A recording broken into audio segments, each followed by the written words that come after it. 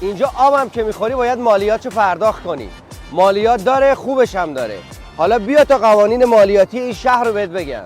مالیات بر ارزش افزوده که نرخ اون 5% که شما وقتی یک آب معدنی هم خریداری میکنید باید مالیات اون رو پرداخت بکنید. مالیات بر درآمد شرکت ها در صورتی که سود سالانه شرکت شما بالاتر از $100,000 یا 375,000 درهم باشه باید 9% اون رو به عنوان مالیات پرداخت بکنید، به استثناء شرکت هایی که در فریزون یا همون مناطق آزاد ثبت شده باشند. اما خرید و فروش ملک، اجاره ملک به هر میزان هم که برای شما سودآوری داشته باشه مشمول مالیات نخواهد شد و مالیات اون صفره.